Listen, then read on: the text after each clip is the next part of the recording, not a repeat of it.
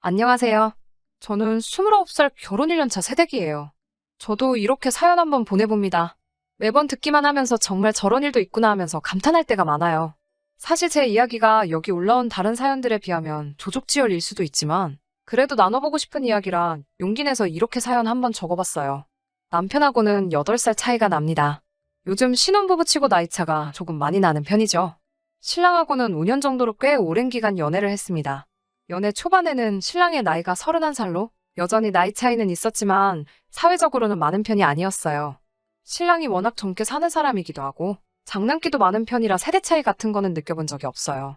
그러다 보니 연애 초기에는 결혼을 전제로 만났다기보다는 그냥 서로가 좋아서 시작한 연애였습니다.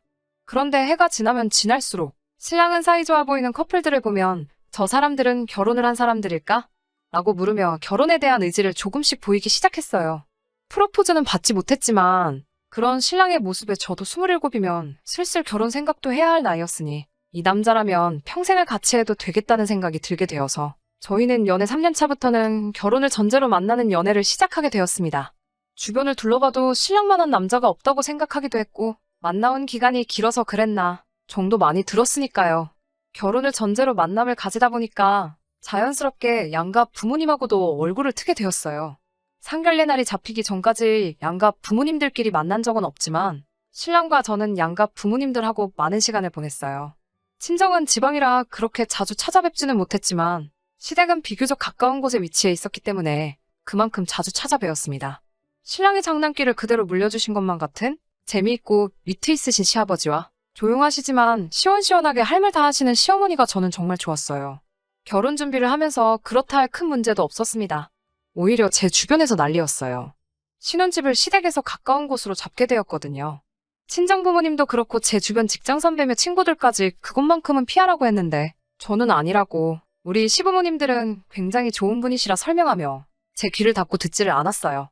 신랑의 나이도 있고 해서 이세 계획이 급하게 있었기 때문에 아이가 생기면 케어를 해주신다는 시어머니의 말씀 아래 주변에 만류해도 신혼집은 시댁 근처로 잡게 되었습니다. 실제로 결혼 준비는 순탄키만 했고 적당한 전셋집에 적당한 혼수, 예단까지 아무 일도 없이 조용히 전부 넘어갔습니다. 신혼집 정리하는 것도 시가에서 많이 도와주셨고요. 결혼 전에는 남편이 홍기 다 놓쳐가는 걸 구제해줬다며 우리 며느리 하시면서 저에게 간이고 쓸개고 다 빼주실 것 마냥 행동하셨던 시부모님이 변하신 건 결혼한 직후부터였습니다. 막상 결혼을 하고 보니 주변 말을 들을 거라는 후회가 막심했어요. 제가 제 고집으로 내린 결정이었으니 어디 가서 말은 하지 못했습니다. 시어머니는 저희 집에 자주 찾아오셨어요. 집안일을 거들어 주시기는 했지만 매번 조곤조곤하신 말투로 잔소리 아닌 잔소리를 하시는데 어떻게 제가 대들을 수도 없고 참 힘들더라고요. 특히나 손빨래를 고집하시는 부분이 가장 힘들었습니다. 결혼 전에는 항상 집도 깔끔하게 정리돼 있고 빨래도 손빨래로만 하신다는 말에 참 대단하시다고만 생각했는데 막상 제가 하려니 아주 죽을 맛이더라고요. 시어머니가 언제 찾아오실 줄을 모르니 일부러 빨래를 저녁 늦게 해볼까 싶어서 모아놓으면 어김없이 전부 꺼내오셔서 같이 손빨래를 도와주시고 아침 일찍부터 세탁기를 돌리고 있다가 그걸 들키는 날에는 한참 동안 잔소리 아닌 잔소리를 들어야 했어요. 이럴 거면 혼수로 세탁기는 왜 샀는가 싶고 하지만 그것도 시간이 지나면서 손에 있게 되니 별거 아니더라고요.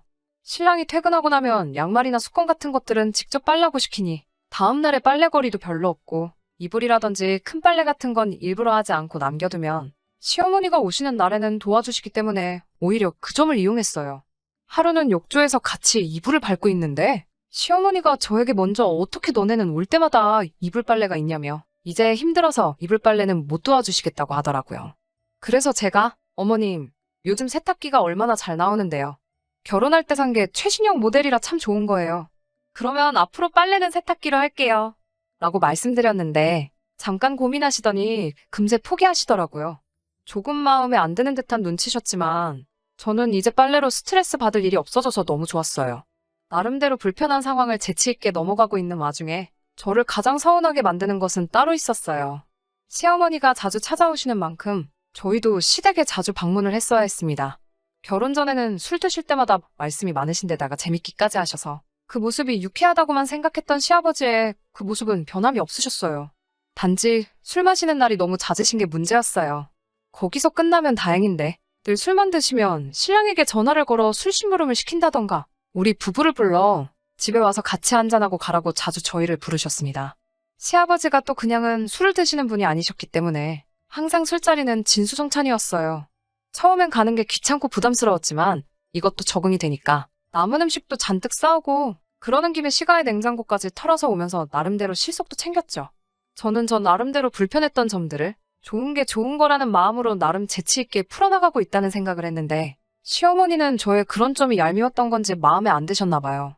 제가 아이를 가질 계획에 결혼 후에는 술을 입에도 가져다 대지 않았는데 어느 날부터인가 그런 제 모습을 보면서 그렇게 저희가 시댁에 찾아간 날이면 저를 따로 식탁으로 부르셨어요. 남편하고 시아버지는 거하게 차려진 술상에서 술을 주거니 받거니 하고 계시는 동안 저는 시어머니와 식탁에 마주보고 앉아 따로 식사를 하게 되었어요. 우리는 술도 안 먹으니까 이거나 먹자고 하면서 따로 식사를 준비하셨더라고요. 그런데 식탁 위에는 누가 봐도 전날 드시던 음식들이 올라와 있었습니다. 어떤 날에는 아예 대놓고 이건 어제 한 거라고 먹어도 괜찮은 거라고 하시면서 저에게 잔반 처리를 계속해서 시키셨어요. 남편은 이따금씩 제 눈치를 보면서 술 마시다 말고 식탁에 기웃대면서 저에게 와서는 자기야 뭐 먹어? 하면서 제가 먹고 있는 잔반들을 쓱 보고는 맛있어 보인다고 말하고 한 입씩 바꿔 먹겠냐며 제 밥그릇 위에 한 움큼 덜어주고 가거나 아예 그릇째로 들고 와서 제 입에 넣어주기도 했어요. 시어머니는 완전 새무눈을 떠서 그런 저희를 노려보셨는데 그러면 제가 어머님 아직 저희 신혼이잖아요 하면서 너스레를 떨었죠. 그 모습에 분해하시는 듯한 시어머니 반응을 보니 이건 이제는 시어머니와 저 사이에 남들은 눈치채지 못하는 작은 기싸움 같은 걸로 변해 있었습니다. 대놓고 나쁜 시어머니 역할은 신랑이 항상 제 편을 들어주니 못하시는 것 같았고 사사건건이 아주 작은 일들만 가지고 트집을 잡으셨어요. 신랑도 이 상황을 알고 있기는 했지만 괜히 자기가 껴들어서 시어머니와 제 사이가 나빠지는 것도 원치 않았고 저도 그 심정이 이해가 되어서 신랑에게는 별다른 말을 하지는 않았습니다. 지난 추석이었어요. 시국이 그렇다 보니 온 가족이 모이기는 힘들 것 같아서 저희는 먼저 친정을 방문했어요. 친정은 거리도 있고 한데다가 아주버님네가 먼저 방문하시면 사람이 너무 많을 것 같아서 내린 결정이었습니다. 친정에서 이틀을 보내고 집에 돌아와 짐을 풀고 시댁으로 향했습니다. 시댁에서 시간을 보내고 저녁 식사 시간이 되니 명색이 명절이라고 전날에 이것저것 준비하셨더라고요.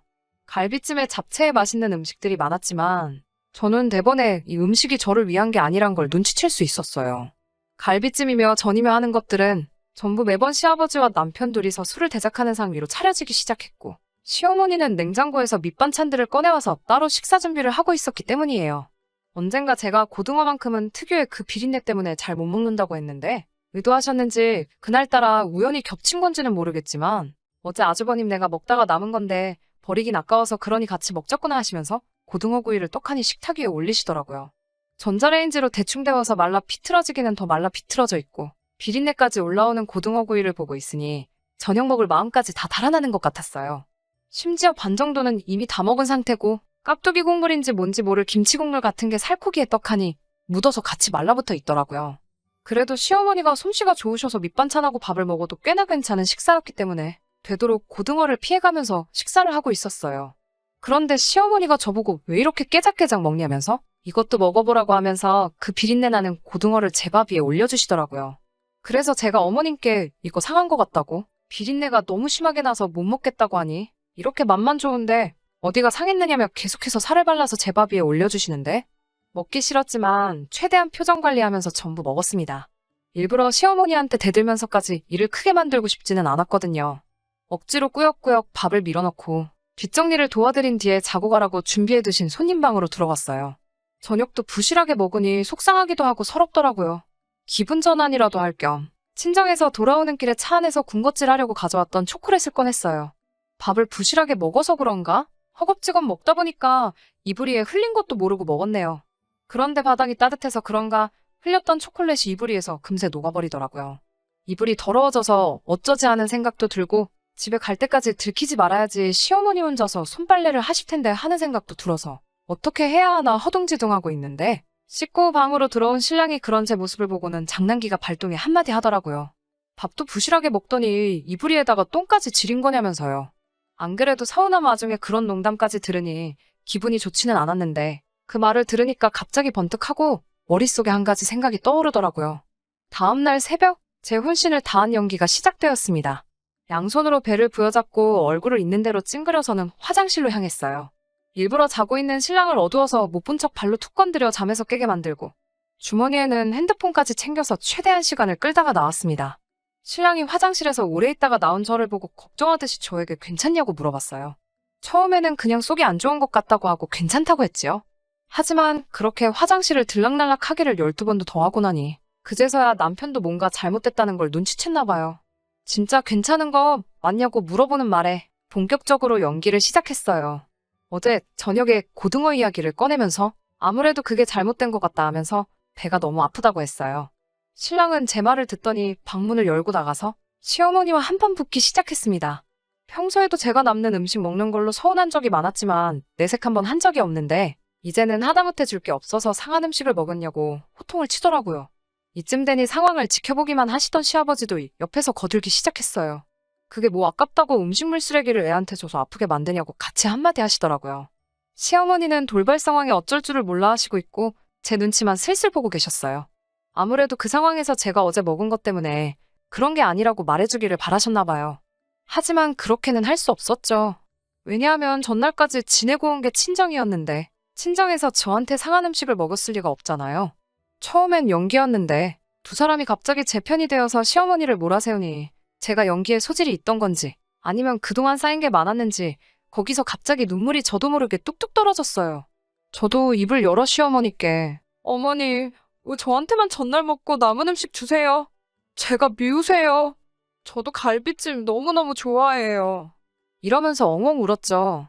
그 와중에 있지도 않고 울다 말고 화장실로 다시 달려들어갔습니다. 화장실 안에서 상황을 듣고 있자니 시어머니가 두 사람 앞에 쩔쩔매시면서 그게 잘못될 리가 없는데 하고 계시고 시아버지는 애가 저 지경이 됐는데 잘못될 리가 없긴 뭐가 없냐면서 그동안도 너무했다고 신랑이 친정 가서 잠밥 먹고 돌아오면 너는 그게 기분이 좋겠냐면서 시어머니를 계속 몰아붙이시더라고요. 신랑이 병원 데려간다고 저를 데리고 나와 차에 탔는데 병원 쪽으로 가다 말고 신랑에게 이제 좀 괜찮아진 것 같다고 집에 가서 쉬고 싶다고 하고 집에 가서 두 다리 쭉 뻗고 아주 꿀잠 잤어요. 추석 이후로는 시어머니가 집에 오신다거나 새아버지가 따로 부르신다던가 하는 일은 전혀 없었습니다. 방해받지 않고 오롯이 둘만의 시간을 보내니 이제 진짜 신혼생활을 하는 것 같고 너무 좋았습니다. 엊그저께 신정날 따로 연락은 없으셨지만 이번엔 저희가 먼저 시댁으로 찾아뵈었어요. 식사 준비도 도와드리고 저는 자연스럽게 식탁에 앉았는데 시어머니가 아가 이쪽으로 오너라 하면서 웬일로 새 음식 차려놓은 자리로 저를 부르시더라고요. 시댁 식구와 마주 앉아 밥을 먹고 있는데 시어머니께서 저에게 사과하셨어요.